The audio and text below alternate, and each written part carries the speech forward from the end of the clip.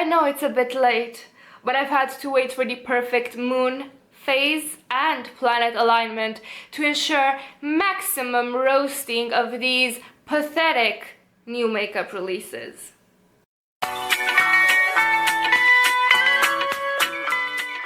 Hello friends, hi, my name is Mia and this is my virtual vanity, a place where we both love makeup and we're quite critical of it. If you're new here, this is my buy it or deny it series, which I deeply regret not naming roasting or lusting, which in hindsight sounds a bit sexual, but definitely more catchy. It's a series of video that talks about new makeup releases.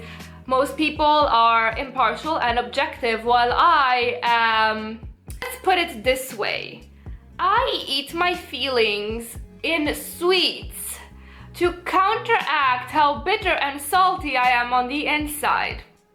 Okay, sometimes also to forget the painful reminder that I am a healthy woman with a functioning uterus, but mostly to counteract the saltiness. And boy oh boy, am I salty in this video. It is what it is. This video was popularized by the lovely Samantha March, who also created a creator community playlist, which you will find linked down below. Without further ado, let's get talking about these month's releases. Okay, let's start with the most heinous of the bunch, and this is the Moschino with Sephora stationery inspired collection, which I despise. This is as if rich people are trying to cosplay the proletariat. The bourgeoisie are trying to forget that they have more money than all of us combined, and they're being like, fellow class workers, let's unite and use stationery? I mean, okay, granted, these look cute. My issue is more with the trigger that I get from them. Moschino is a very, very high-end brand, on par with Dior and all of the such in pricing, or at least that's what I understand from Googling for 5 minutes. And they kind of specialize in this kind of consumerist irony, using motifs such as McDonald's, KFC, that sort of stuff in their fashion design.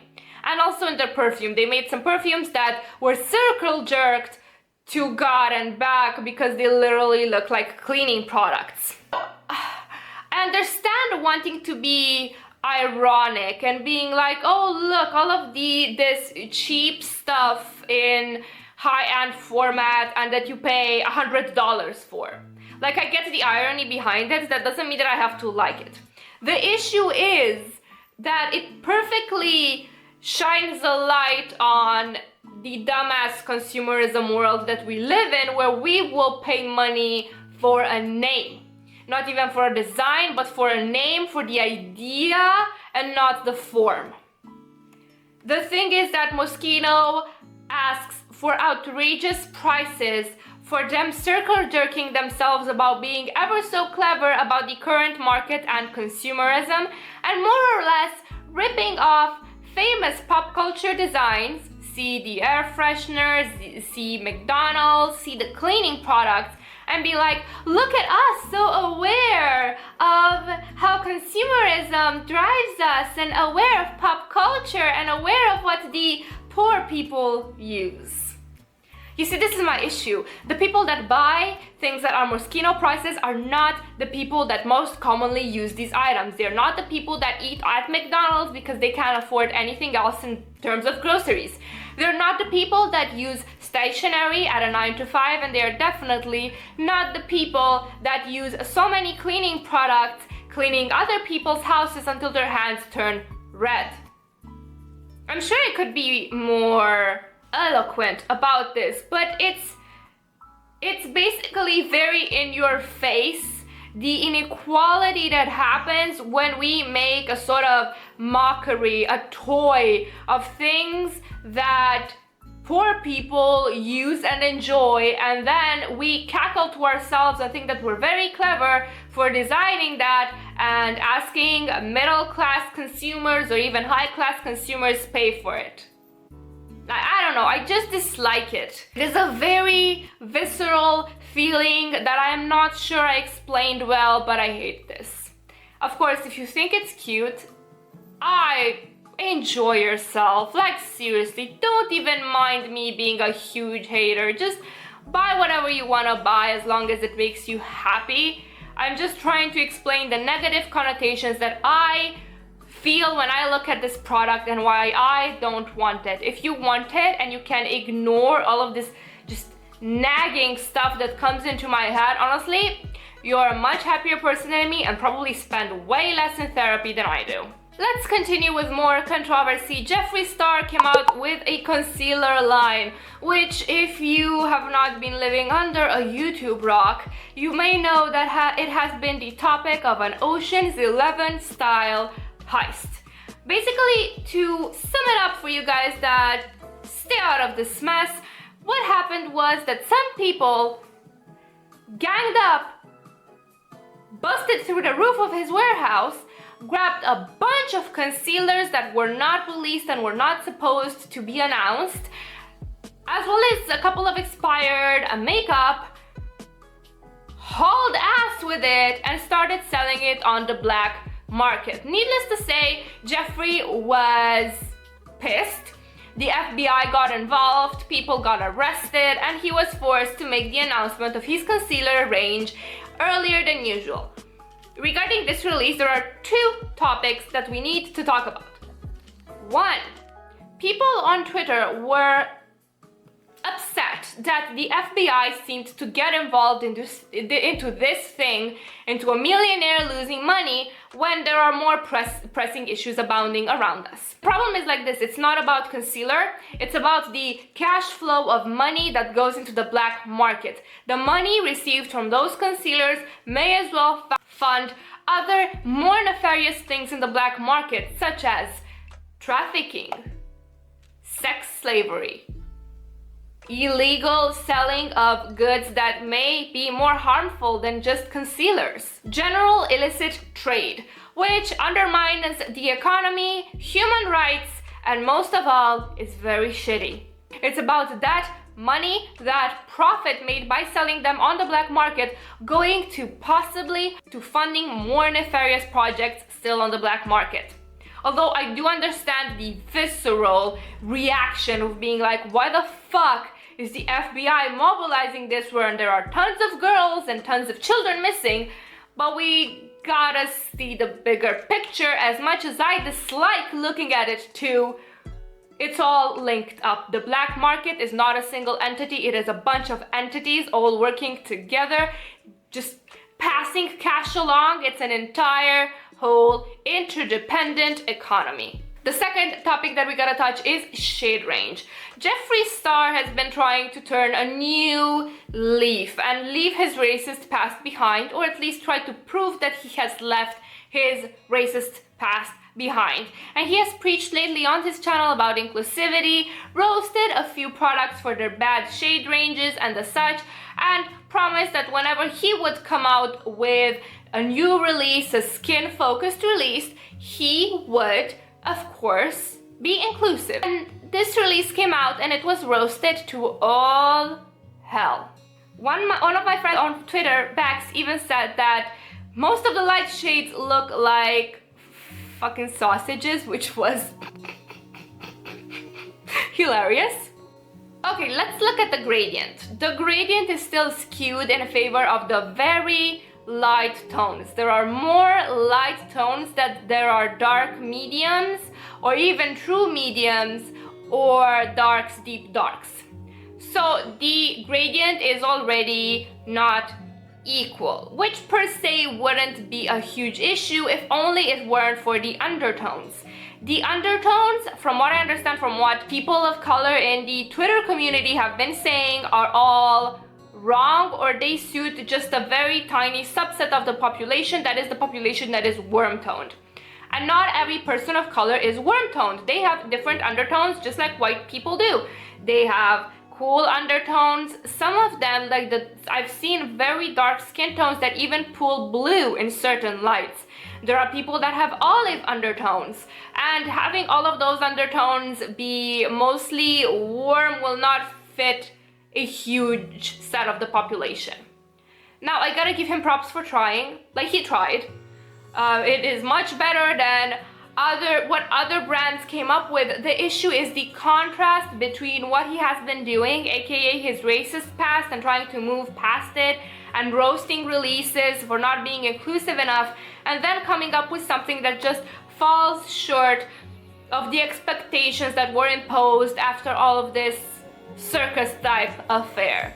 Obviously, I'm not buying, because I have great drugstore concealers that I love, and to be fair, I've seen people talk about the price per ounce of this, and it is exorbitant. It is much higher than other concealers in the same bracket, as well as there being less product in the packaging. What you're paying for is practically you being able to pretend that you're Sailor Moon when you're applying it because of the fancy packaging. In another segue, packaging that I absolutely despise, Glamlite is all over it with creating makeup inspired by food, and this is their latest burger palette, which from what I understand is already available for $30-something, I believe. I don't remember, and I forgot to write it down because I'm a dumbass. The color scheme I actually really like. It's very interesting, bright, colorful, something that we've not seen that much before. My issue is with this disgusting food packaging, and this is just me. Plenty of people find it cute. The problem is that I have an eating disorder. I used to starve. I had a period where I starved, then binged and purged, fasts, all of that fun stuff that comes with being a teenager in need of control and taking it out on her own body. I am recovered, thank you very much. The problem is that I still have long-lasting problems with body image, self-image, self-worth related to body image and food. And seeing food close to my makeup, which frankly is my happy place, disgusts me. I don't want to think that I'm fat when I'm applying makeup on, and then I don't want to feel bad for thinking that I'm fat, as if being fat is something inherently wrong, and then I'm like, but why do I think being fat is inherently wrong? What's wrong with me? I don't want to deal with all of that and the social justice harpy shit that gets redirected in my own person while I'm doing makeup. I just want to enjoy the sparkle, okay? Speaking of Jeffree Star, his former pal Manny MUA came out with new highlighters. Moon Prism highlighters. Moon Prism Power Makeup! These retail for $30 and they are already available, and frankly, they're beautiful. I might pick one up. I love the packaging. Now, before you start yelling at me that Manny is also cancelled, let me hash the situation to you. Manny may be a shit person and a shit friend, a social climber and a snake, yes, but he's not a racist. And besides being a shitty person, I honestly can't fault him for more than that. And to be quite frank, if I truly dug up every single company that I buy from, including huge multinational conglomerates, I would probably find out that all of their owners are huge fucking psychopaths. Look, Manny and I am mostly neutral towards. Like, I wouldn't want him as my friend, and I certainly wouldn't invite him out to dinner, because he'd probably shake my money out of my wallet, get popular because of me, and then ditch my ass without even having dessert, which honestly, rude. You know how Trend Mood always says, bye-bye money, as if she pretends that we don't know that she's completely paid off by all of the companies? Well, for once, I completely resonated with that, because Cover FX is coming out with new blush and bronzer duos. They are split in half, so there's a couple of bronzers, different tonalities, and then there are a lot of blushes, from the prettiest of pinks to peaches to deep mauves, violets.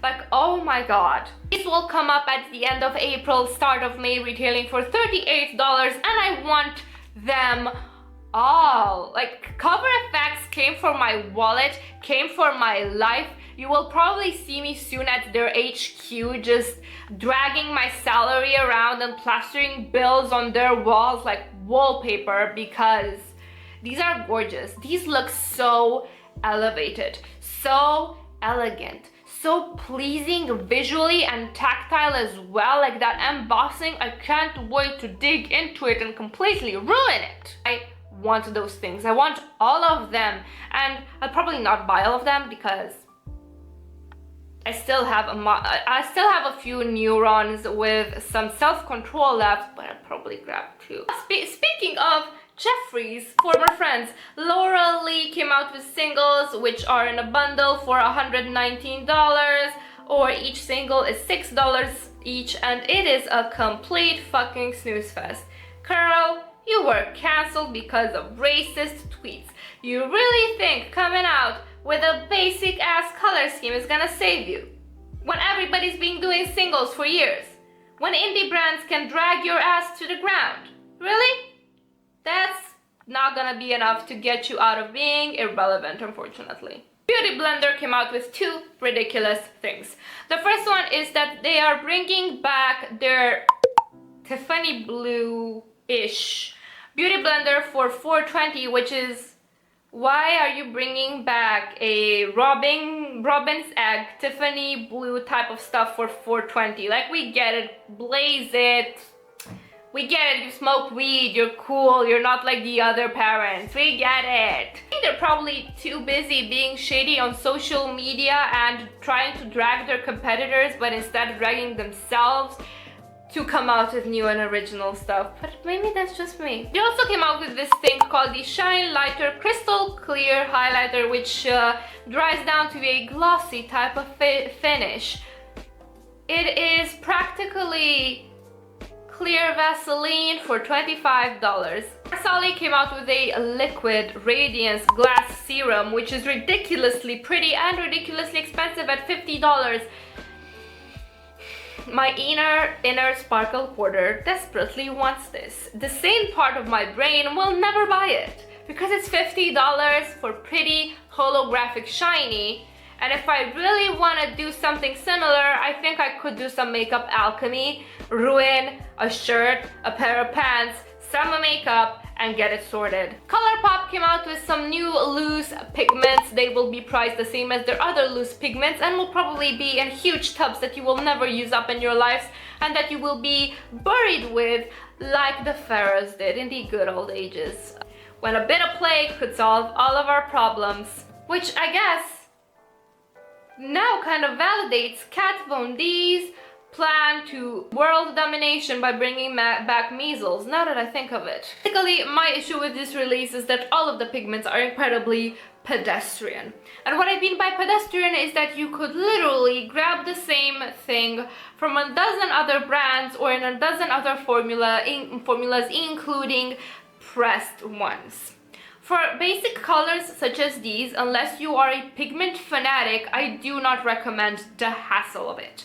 Because when you work with pigments, you have to be extra careful of both application, the brushes you use, the base you have on your face, as well as the handling of the product itself, because it can and will get messy, and I have learned that the hard way. It's not worth it for basic colors that you can find in any other palette, including many of Colourpop's own palettes, and why not? They're singles. Their shimmer formula is so metallic and beautiful and foiled that you don't need to get a pigment from them. The shimmers are beautiful as is. You don't need the extra punch that a pigment could provide. Another thing that I find completely bullshit, in a hello fellow kids, aren't we cool sort of way, Beautylish is coming out with a cannabis inspired line of brushes. I'm so over this whole weed thing. And not because it's weed or that I have any negative connotations with weed. I went to Amsterdam and got completely fucking shit-faced. So weed is okay in my book. And whoever smokes weed is, well, They're people, so they could be okay or they could be complete shitheads, but I won't judge them based on that.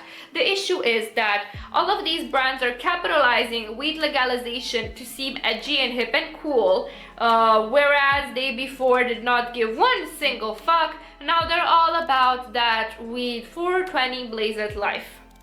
It's a fucking medicinal plant. You don't see them talking about medicinal plants like this. They don't care about the health benefits of weed. They care that it appeals to edgy 14-year-olds that just got their first blunt. Okay, from this point onward, I think I am going to cut down the salt because we are starting to talk about releases that I actually either am indifferent about or actually am excited for. So there is that. Get ready. Looxi Beauty came out with a new set of mattes. They are a set of colorful mattes, which I absolutely love. Let me read. Peachaboo, No Disney, and Naughty in Napa, which are beautiful shades. And then they've got a coffee themed collection, and the standout shades, at least for me, are Cream and Sugar, Caffeine Queen, Venti, and Cinnamon. Which honestly, Cinnamon, I love that name. I would buy it based on the name because I am a ridiculous person.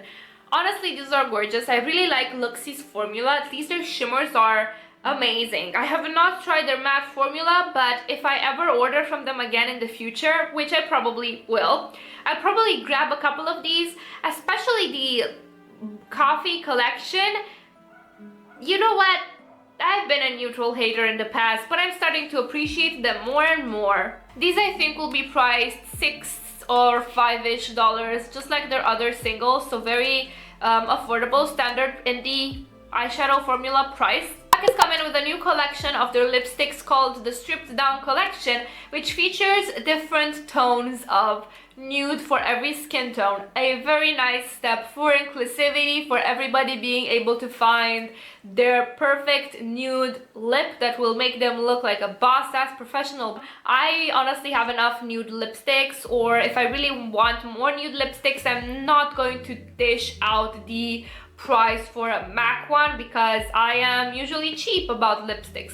But honestly, these shades are absolutely gorgeous. So if you're in the market for nude lipstick, you like MAC, they might be for you. Laneige is coming out with a glowy lip balm. This is $15 and it has several flavors. Berry, peach, grapefruit, or pear, and I gotta catch them all. I'm a sucker for lip balms, and I know it's ridiculous to pay that much for lip balms, but I am dry. I need every bit of help that I can get. The appeal that they are scented and flavored differently and that they're from Laneige kind of like blinds me to the fact that I will probably be paying $15 for a lip balm. Now how I said that there won't be any more salt, I wouldn't call the following things that I'm going to say salty, but more like a commentary on what happened. So, the indie brand Menagerie Cosmetics is coming out with their Whale Song palette. This is going to retail for $25 in the pre-order, coming out soon. The issue is that, I think 2 or 3 weeks back, maybe a month, they made an IG post that frankly to me was unprofessional and whiny, just basically saying, where did you guys go?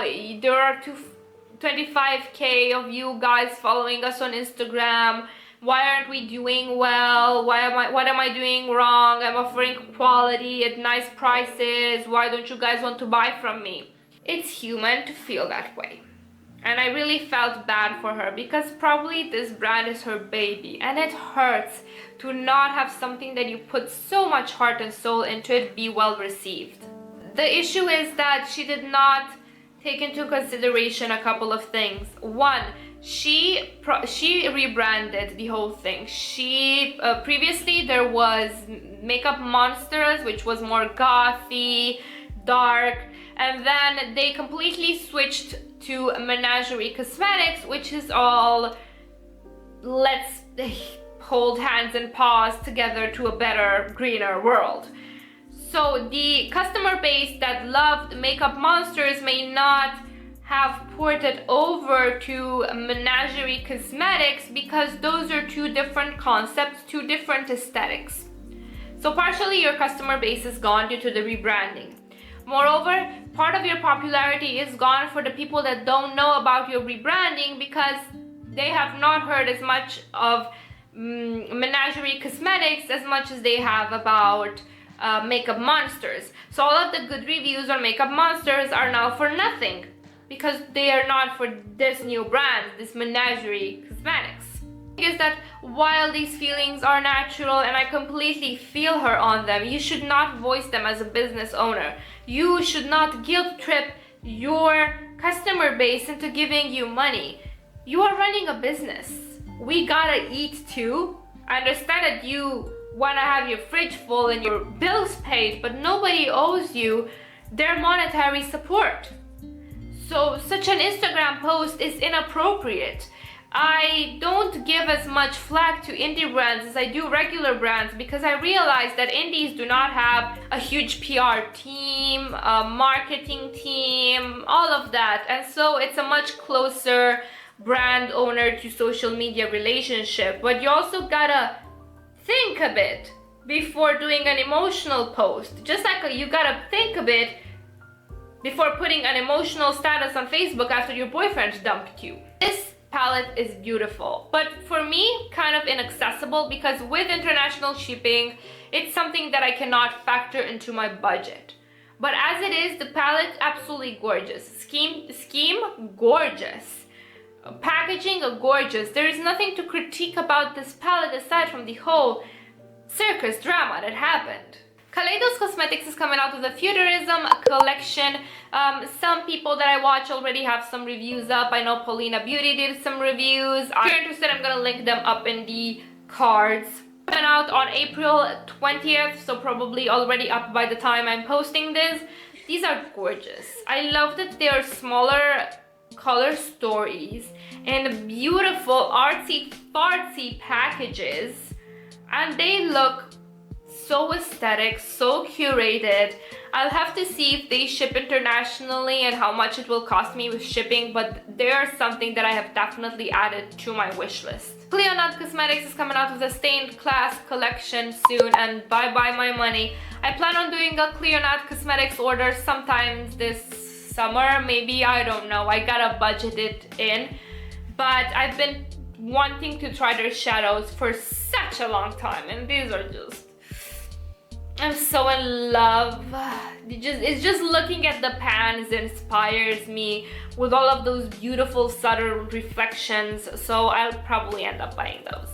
Lancome is coming out with a Monsieur Big palette, which honestly looks like this was their Valentine's release that they couldn't put out in due time due to, I don't know, issues. This is coming out at the start of May, end of April. They really should have put out this for Valentine's because most people have heard of Lancome. Clueless boyfriends and husbands looking for a gift would have just stumbled like zombies into Sephora, putting their grabby hands all over the product, not knowing what to choose, and then they would have seen this cute palette and they would be like, Lancome sounds fancy and French and it's expensive and it's cute, so it must be good. So they would have bought this in droves.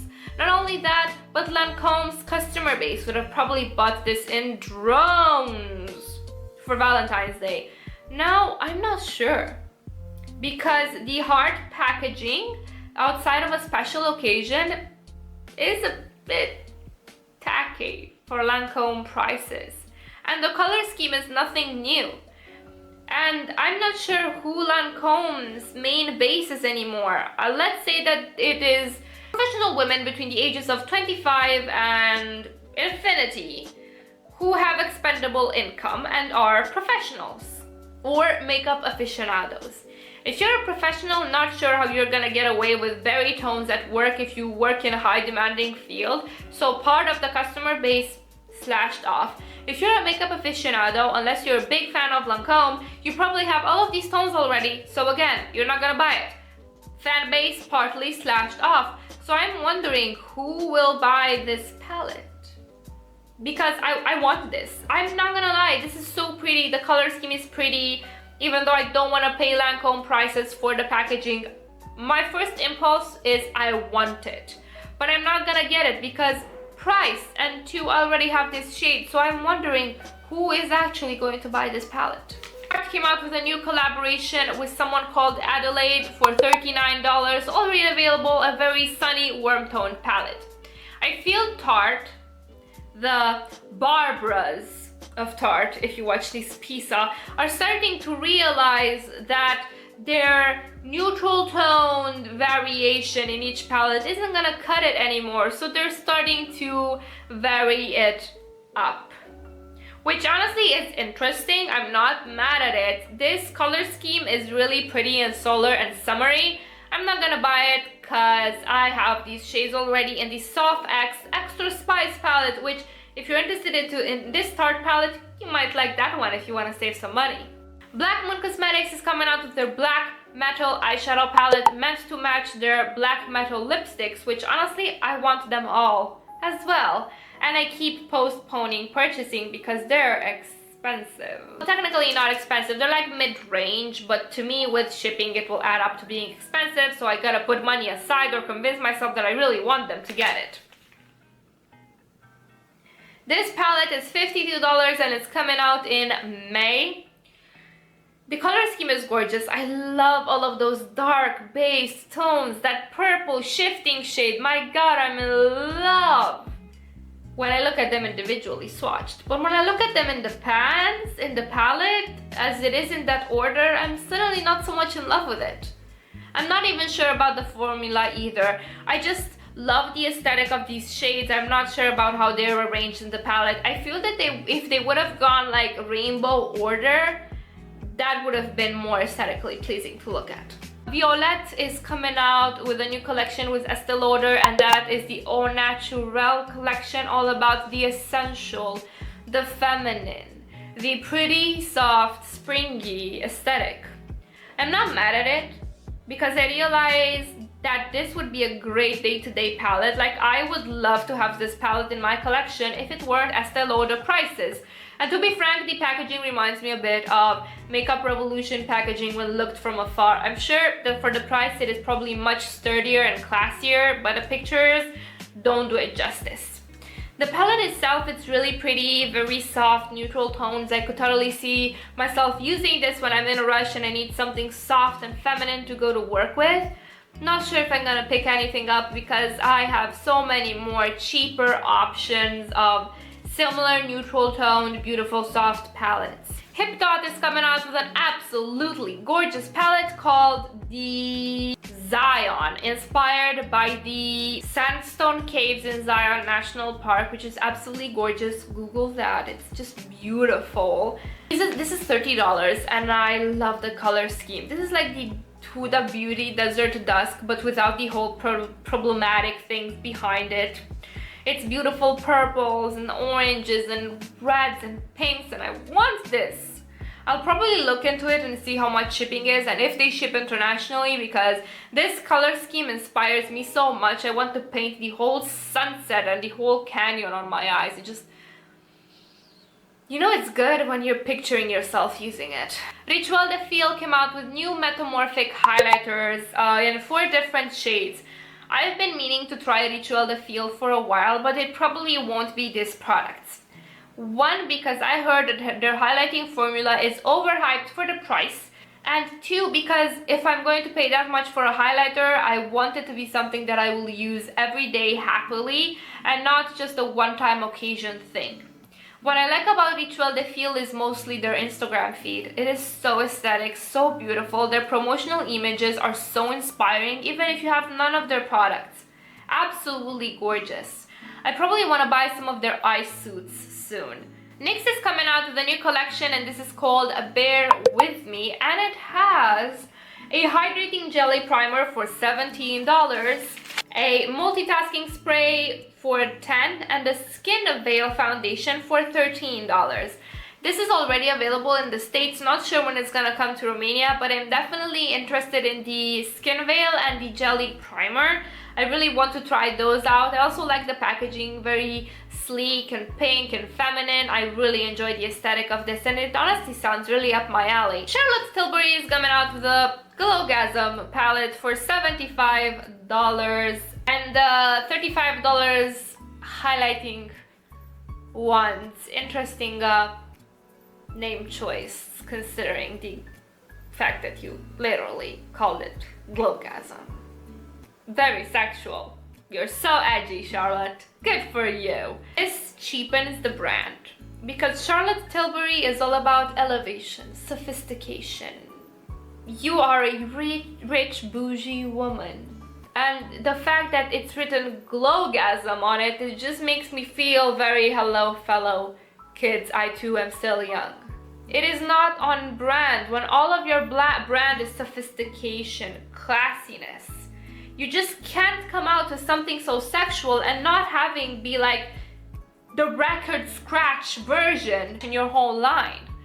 I honestly don't like this. This is Charlotte Tilbury prices with edgy clears embossing on the front. Just know. With this, I conclude this very salty video. I hope you guys enjoyed it. If you'd like to see more videos like this, I come out with them sporadically, so stay tuned. I make no promises, but they're gonna be here every 2 or 3 weeks or so. So there's that. Please tell me, what do you think of these new releases? Is there anything that you want to buy? Anything that you find as ridiculous as I do? If you think I'm being ridiculous, roast me in the comments, because that helps me with video engagements too. Thank you guys so much for watching. You go ahead, have a wonderful morning, evening, second breakfast, whatever it is where you're from. Bye!